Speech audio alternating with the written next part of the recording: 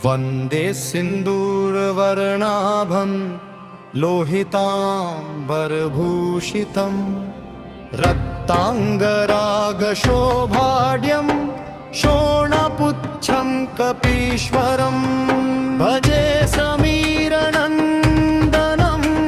सुभक्तचित्तरञ्जनं दिनेशरूपभक्षकम् समस्तभक्तरक्षकम् सुकण्ठकार्यसाधकम् विपक्षपक्षवादकम् समुद्रपारगामिनम् नमामि सिद्धकामिनम् सुशङ्कितं सुकण्ठभुक्तवान् हि योहितं वचस्त्वमाशु धैर्यमाश्रयात्र वो भयं कदापि न इति प्लवङ्गनाथ भाषितं निशम्य वानराधिनाथापुशन्तदा स रामदूताश्रयः सुदीर्घबाहुलोचनेन पुच्छगुच्छशोभिनाभुजद्वयेन सोदरी निजासयुग्ममास्त्रितौ कृतो हि कोसलाधिपौ कपीशराजसन्निधौ विदहदेशलक्ष्मणौ समे शिवं करोद्वरम् सुशब्दशास्त्रपारकम् विलोक्य रामचन्द्रमा कपीशनाथसेवकम् समस्तनीतिमार्गम् प्रशस्य लक्ष्मणं प्रति प्रलम्बबाहुभूषित कपीन्द्रसख्यमाकरोत् स्वकार्यसाधकः प्रभु प्रचण्डवेगधारिणं नगेन्द्रगर्वहारिणं फणीशमातृगर्वहृदृशास्य वासनाशकृत् विभीषणेन सख्यकृत् विदेहजातितापहृत् सुकण्ठकार्यसाधकं नमामि यातुदधकं नमामि पुष्पमौलिनं सुवर्णधानधारिणं गदायुधेन भूषितं किरीटकुण्डलान्वितं सुपुच्छगुच्छतुच्छलङ्कदाहकं सुनायकं विपक्षपक्षराक्षसेन्द्र सर्ववंशनाशकम् रघुत्तमस्य सेवकं नमामि लक्ष्मणप्रियं दिनेशवंशभूषणस्य मुद्रिका प्रदर्शकम् विदहजातिशोकतापहारिणं प्रहारिणं सुसूक्ष्मरूपधारिणं नमामि दीर्घरूपिणम् नभस्वदात्मजेन भास्वदा त्वया कृता महासहायतायया द्वयोर्हितं यमुत्स्वकृत्यता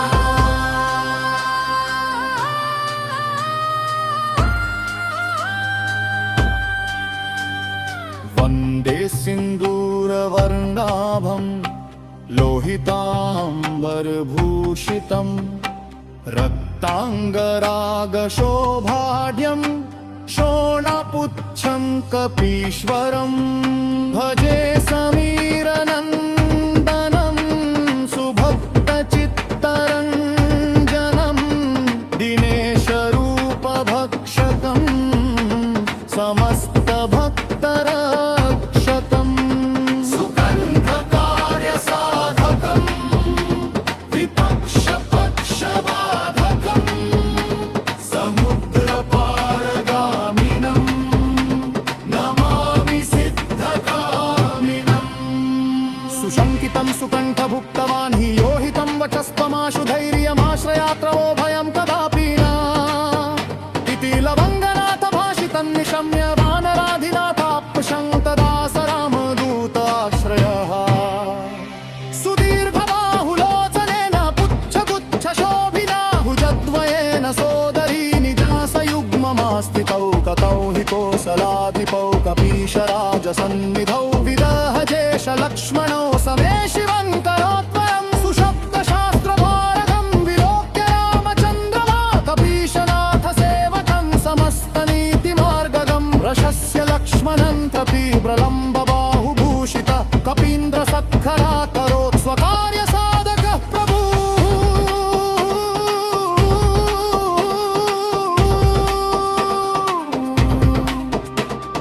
प्रचण्डवेगधारिणं नगेन्द्रगर्वहारिणं फणीशमातृगर्वहृदृशास्य वासनाशकृत्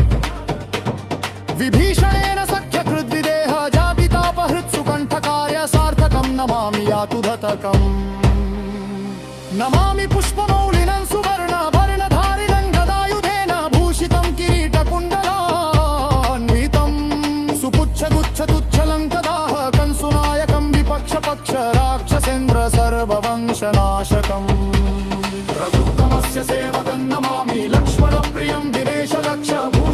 मुद्रिका प्रदर्शकम् विमोहजातिशोकतापहारिणं प्रहारिणं सुसूक्ष्मरूपधारिणं नमामि दीर्घरूपिणम् नभस्वदात्मजेन भास्वतात्मया कृता महासहायता यदा द्वयोदृकं यभुत्स्वकृत्यतः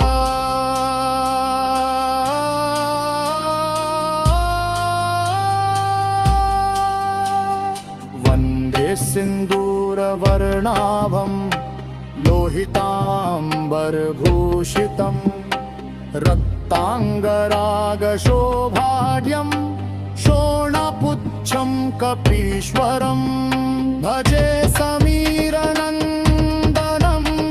सुभक्तचित्तरञ्जनं दिनेशरूपभक्षतं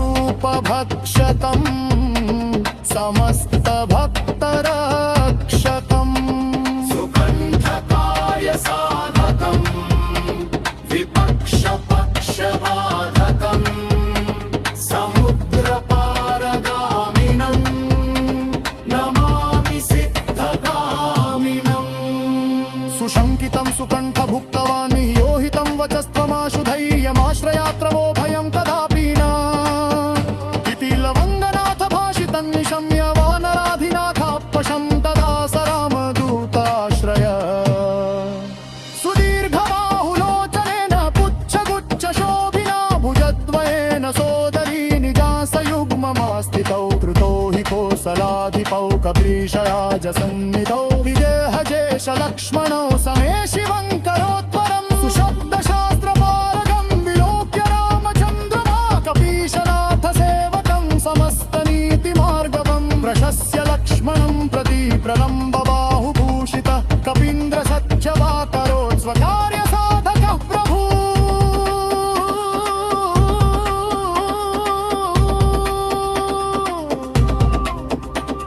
नमं द्विविकधारिणं नगेन्द्र गर्वहारिणं फणीशमातृगर्वहृदृशास्य वासनाशकृत्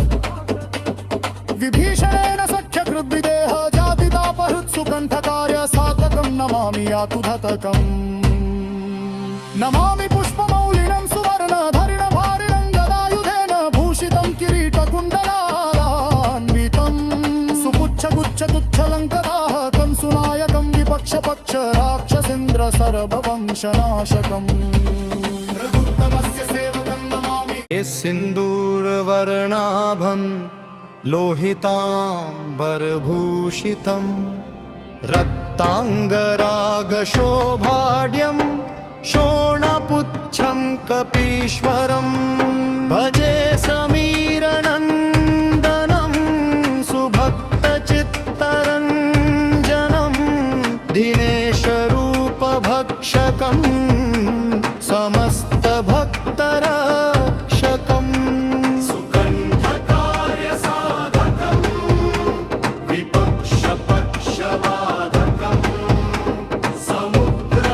समुद्रपारगामिनम् नमामि सिद्धगामिनम् सुशङ्कितं सुकण्ठभुक्तवान् हि योहितं वचस्त्वमाशु धैर्यमाश्रयात्रवो भयं कदापि न इति लवङ्गनाथ भाषितं निशम्य वानराधिनाथापुशं तदा स रामदूताश्रयः सुदीर्घबाहुलोचनेन पुच्छगुच्छशोभिना भुजद्वयेन सोदरी निजासयुग्ममास्थितौ कृतो हि कोसलाधिपौ कपीशराजसन्निधौ विदहदेशलक्ष्मणौ समे शिवं करोद्वरम् सुशब्दशास्त्रपारकम् विलोक्य रामचन्द्रमा कपीशनाथसेवकम् समस्तनीतिमार्गम् प्रशस्य लक्ष्मणं प्रति प्रलम्बबाहुभूषित कपीन्द्रसख्यमाकरोत् स्वकार्यसाधकः प्रभु प्रचण्डवेगधारिणं नगेन्द्रगर्वहारिणं फणीशमातृगर्वहृदृशास्य वासनाशकृत् विभीषणेन सख्यकृत् विदेहजातितापहृत् सुकण्ठकार्यसाधकं नमामि यातुधतकम् नमामि पुष्पमौलिनं सुवर्णधारणधारिणं गदायुधेन भूषितं किरीटकुण्डलान्वितं सुपुच्छगुच्छतुच्छलङ्कदाहकं सुनायकं विपक्षपक्ष राक्षसेन्द्र सर्व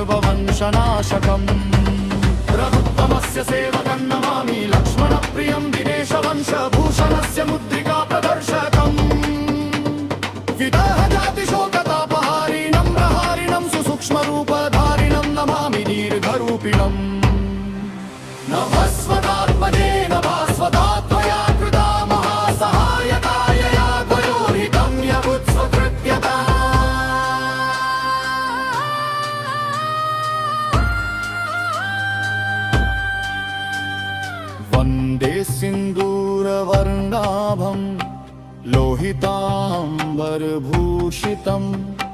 रक्ताङ्गरागशोभाढ्यं शोणपुच्छं कपीश्वरं भजे समीरनन्दनं सुभक्तचित्तरञ्जनं दिनेशरूपभक्षकं समस्तभक्तरक्षकम् सुगन्धकार्यसाधकं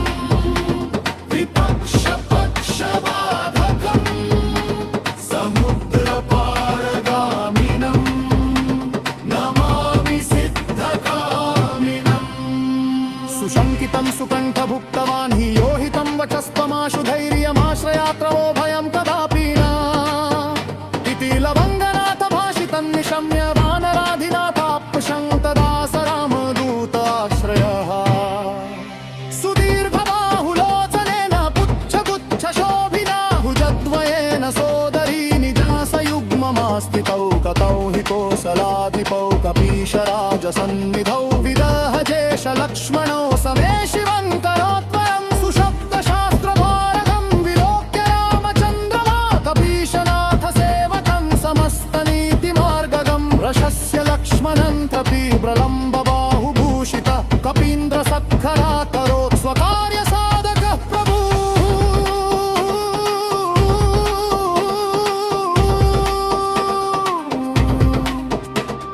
प्रचण्डवेगधारिणं नगेन्द्र गर्वहारिणं फणीशमातृगर्वहृदृशास्य वासनाशकृत्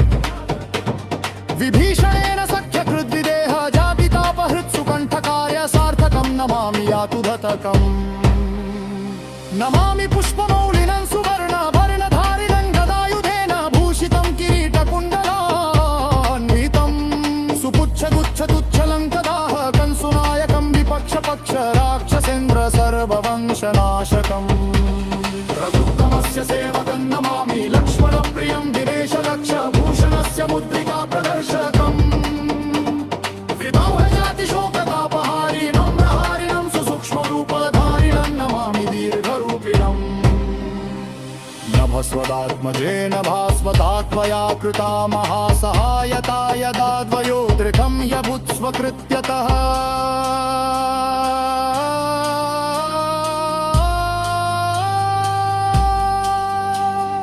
वन्दे सिन्दूरवर्णाभं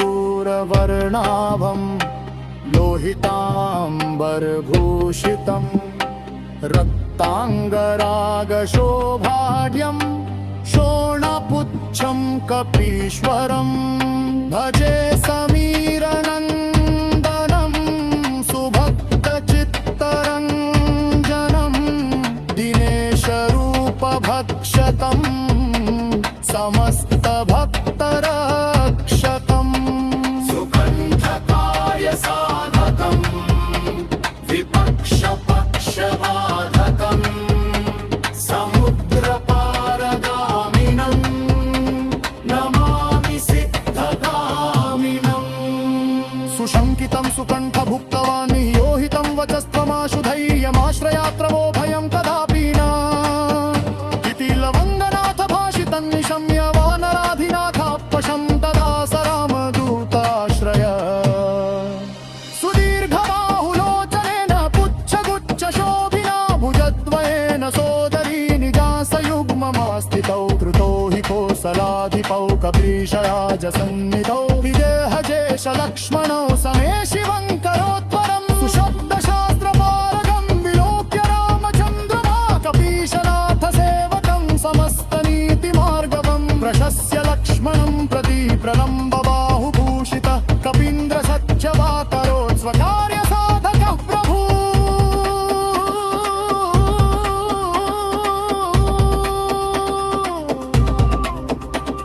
नमं द्विविगधारिणं नगेन्द्र गर्वहारिणं फणीशमातृगर्वहृदृशास्य वासनाशकृत् विभीषणेन सख्यकृद्विदेह जातितापहृत्सुकण्ठकार्यसाधकं नमामि यातुधतकम् नमामि पुष्पमौलिनं सुवर्णधरिणभारिणं गदायुधेन भूषितं किरीटकुण्डलान्वितं सुपुच्छगुच्छतुच्छलङ्कराः कंसुनायकं विपक्षपक्ष राक्षसेन्द्र सर्ववंशनाशकम् रघुत्तमस्य सेवकं नमामि सिन्दूरवर्णाभं लोहिताम्बरभूषितं रक्ताङ्गरागशोभाढ्यं शोणपुच्छं कपीश्वरं भजे समीरनन्दनं सुभक्तचित्तरञ्जनं दिनेशरूपभक्षकं समस्तभक्तरक्षकम् सुकण्ठकार्यसाधकम् विपक्षपक्षवादकम् समुद्रपारगामिनम् नमामि सिद्धकामिनम् सुशङ्कितं सुकण्ठभुक्तवान् हि योहितं वचस्त्वमाशु धैर्यमाश्रयात्र वो भयं कदापि न इति प्लवङ्गनाथ भाषितं निशम्य वानराधिनाथापुशङ्क्तदा स रामदूताश्रयः सुदीर्घबाहुलोचनेन पुच्छशोभिनाभुजद्वयेन सोदरी निजासयुग्ममास्त्रितौ कृतो हि कोसलाधिपौ कपीशराजसन्निधौ विदहदेशलक्ष्मणौ समे शिवं करोद्वरम् सुशब्दशास्त्रपारकम् विलोक्य रामचन्द्रमा कपीशनाथसेवकम् समस्तनीतिमार्गम् प्रशस्य लक्ष्मणं प्रति प्रलम्बबाहुभूषित कपीन्द्रसख्यमाकरोत् स्वकार्यसाधकः प्रभु प्रचण्डवेगधारिणं नगेन्द्रगर्वहारिणं फणीशमातृगर्वहृदृशास्य वासनाशकृत् विभीषणेन सख्यकृत् विदेहजातितापहृत् सुकण्ठकार्यसाधकं नमामि यातु ददकम् नमामि पुष्पमौलिनं सुवर्णधानधारिणं गदायुधेन भूषितं किरीटकुण्डलान्वितं सुपुच्छगुच्छतुच्छलङ्कदाहकं सुनायकं विपक्षपक्ष राक्षसेन्द्र सर्ववंशनाशकम् रघुत्तमस्य सेवकं नमामि लक्ष्मणप्रियं दिनेशवंशभूषणस्य मुद्रिका प्रदर्शकम् विदहजातिशोकतापहारिणं प्रहारिणं सुसूक्ष्मरूपधारिणं नमामि दीर्घरूपिणम् नभस्वदात्मजेन भास्वदात्मया कृता महासहायतायया द्वयोर्हितं यभुत्स्वकृत्यता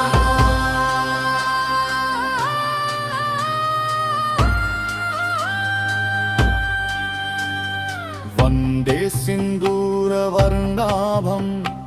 लोहिताम्बरभूषितं रक्ताङ्गरागशोभाढ्यं शोणपुच्छं कपीश्वरं भजे समीरनन्दनं सुभक्तचित्तरञ्जनं दिनेशरूपभक्षकं समस्तभक्तरक्षकम्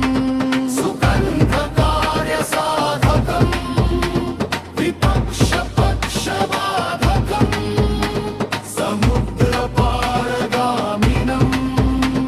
नमामि सिद्धकामिनम्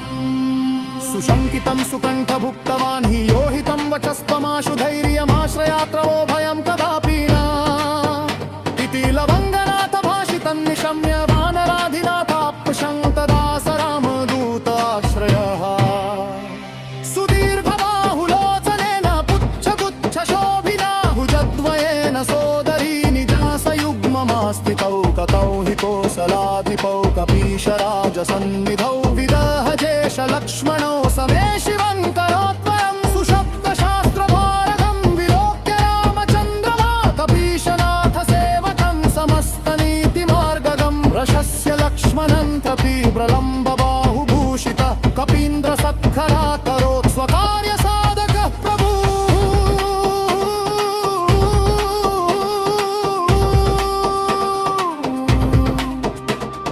प्रचण्डवेगधारिणं नगेन्द्रगर्वहारिणं फणीशमातृगर्वहृदृशास्य वासनाशकृत् विभीषणेन सख्यकृद्विदेह जापितापहृत् सुकण्ठकार्यसार्थकं नमामि यातु धतकम् नमामि पुष्पमौलिनं सुवर्णवर्णधारिणं गदायुधेन भूषितं किरीटकुण्डलान्वितं सुपुच्छगुच्छतुच्छलङ्कदाहकं सुनाय सर्ववंशनाशकम्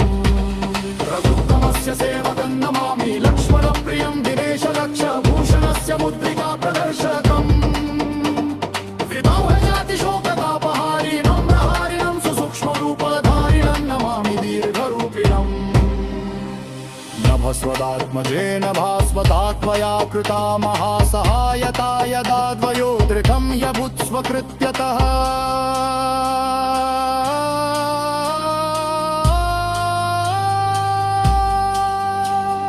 वन्दे सिन्दूरवर्णाभं लोहिताम्बरभूषितं रक्ताङ्गरागशोभाढ्यं शोणपुच्छं कपीश्वरं भजे समीरनन्दनं सुभक्तचित्तरञ्जनं दिनेशरूपभक्षतं समस्तभक्तरक्षकम् सुकण्ठकाय साधकम् विपक्षपक्षबाधकम् समुद्रपारगामिनम् नमामि सिद्धगामिनम् सुशङ्कितं सुकण्ठभुक्तवान् योहितं वचस्त्वमाशु धैर्यमाश्रयात्रवो भयं कदापि न इति लवङ्गनाथ भाषितं निशम्य वानराधिनाथापशं तदा स रामदूताश्रय सुदीर्घबाहुलोचनेन पुच्छगुच्छशोभिना भुजद्वयेन सोदरी निजासयुग्ममास्थितौ कृतो हि कोसलाधिपौ कपीशराजसन्निधौ विदेहजेशलक्ष्मणौ समे शिवं करोत्वरं सुशब्दशास्त्रपारगं विलोक्य रामचन्द्रमा कपीशनाथसेवकं समस्तनीतिमार्गवं प्रशस्य लक्ष्मणं प्रति प्रलम्बबाहुभूषितः कपीन्द्रसख्यवाकरोत् स्वकार्यसाधकः प्रभु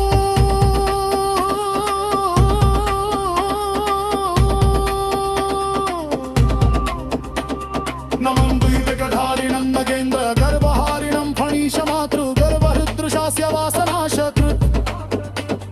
विभीषणेन सख्यकृद्विदेह जातितापहृत्सुकण्ठकार्य साधकं नमामि यातुधतकम् नमामि पुष्पमौलिनं सुवर्णधरिणभारिणं गदायुधेन भूषितं किरीटकुण्डलान्वितं सुपुच्छगुच्छतुच्छलङ्कराहकं सुनायकं विपक्षपक्ष राक्षसेन्द्र सर्ववंशनाशकम् रघुत्तमस्य सेवकं नमामि सिन्दूरवर्णाभं लोहिताम्बरभूषितं रक्ताङ्गरागशोभाढ्यं शोणपुच्छं कपीश्वरं भजे समीरनन्दनं सुभक्तचित्तरञ्जनं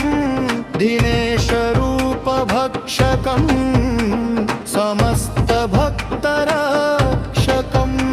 सुकण्ठकाय साधकम् विपक्षपक्षबाधकम् समुद्रपारगामिनम् नमामि सिद्धगामिनम् सुशङ्कितं सुकण्ठभुक्तवान् हि योहितं वचस्त्वमाशु धैर्यमाश्रयात्रवो भयं कदापि न इति लवङ्गनाथ भाषितं निशम्य वानराधिनाथापुशं तदा स रामदूताश्रयः सुदीर्घबाहुलोचनेन पुच्छगुच्छशोभिना भुजद्वयेन सोदरी निजासयुग्ममास्थितौ कृतो हि कोसलाधिपौ कपीशराजसन्निधौ विदहदेशलक्ष्मणौ समे शिवं करोद्वरम् सुशब्दशास्त्रपारकम् विलोक्य रामचन्द्रमा कपीशनाथसेवकम् समस्तनीतिमार्गम् प्रशस्य लक्ष्मणं प्रति प्रलम्बबाहुभूषित कपीन्द्रसख्यमाकरोत् स्वकार्यसाधकः प्रभु प्रचण्डवेगधारिणं नगेन्द्रगर्वहारिणं फणीशमातृगर्वहृदृशास्य वासनाशकृत् विभीषणेन सख्यकृत् विदेहजातितापहृत् सुकण्ठकार्यसाधकं नमामि यातुधतकम् नमामि पुष्पमौलिनं सुवर्णधनधारिणं गदायुधेन भूषितं किरीटकुण्डला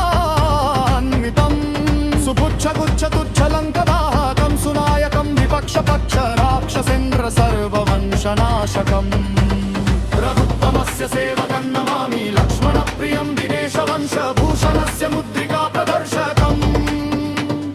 विदेहजातिशोकतापहारिणं प्रहारिणं सुसूक्ष्मरूपधारिणं नमामि दीर्घरूपिणम् नभस्वतात्मजे नभास्वतात्मया कृता महासहायताय या द्वयोर्हितं यभुत्स्वकृत्यता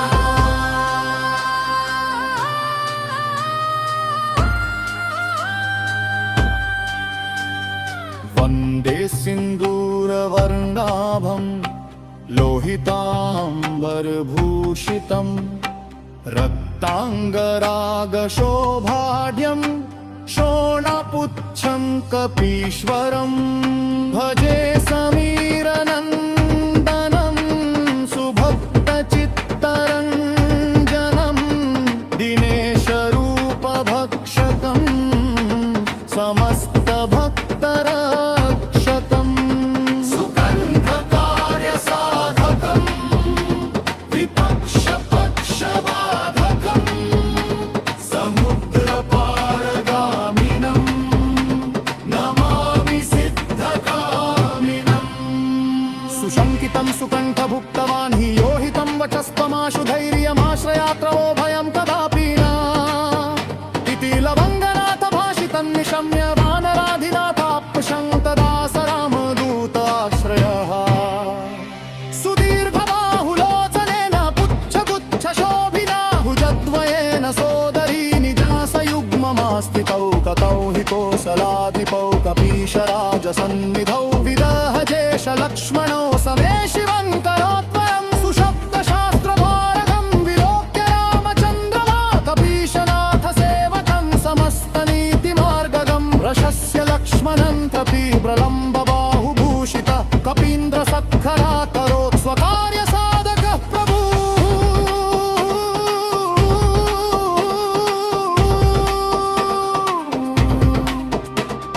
प्रचण्डवेगधारिणं नगेन्द्र गर्वहारिणं फणीशमातृगर्वहृदृशास्य वासनाशकृत् विभीषणेन सख्यकृद्विदेह जातितापहृत्सुकण्ठकार्यसार्थकं नमामि यातुधतकम् नमामि पुष्पमौलिनं सुवर्णवर्णधारिणं गदायुधेन भूषितं किरीटकुण्डलान्वितं सुपुच्छगुच्छतुच्छलं कदाह कंसुनायकं विपक्षपक्ष राक्षसेन्द्र सर्ववंशनाशकम् रघुत्तमस्य सेवकं नमामि लक्ष्मणप्रियं दिनेशलक्षभूषणस्य मुद्रिका प्रदर्शकम् विदौहजातिशोकतापहारिणं प्रहारिणं सुसूक्ष्मरूपधारिणं नमामि दीर्घरूपिणम् नभस्वदात्मजे नभास्वतात्मया कृता महासहायता यदा द्वयोर्धृतं यभुत्स्वकृत्यतः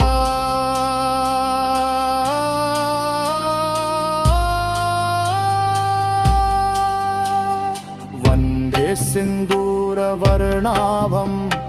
लोहिताम्बरभूषितं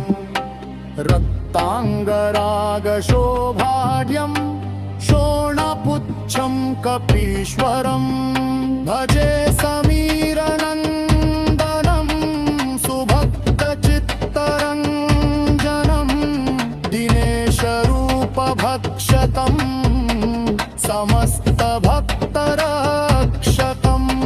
सुकण्ठकार्यसाधकं विपक्षपक्षबाधकं समुद्रपारगामिनं नमामि सिद्धकामिनं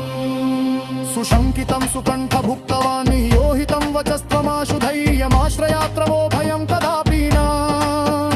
इति लवङ्गनाथ भाषितं निशम्य वानराधिनाथाप्युषं तदा स रामदूताश्रय सुदीर्घबाहुलोचनेन पुच्छगुच्छशोभिना भुजद्वयेन सोदरी निजासयुग्ममास्थितौ कृतो हि कोसलाधिपौ कपीशराजसन्निधौ विदेहजेश लक्ष्मणौ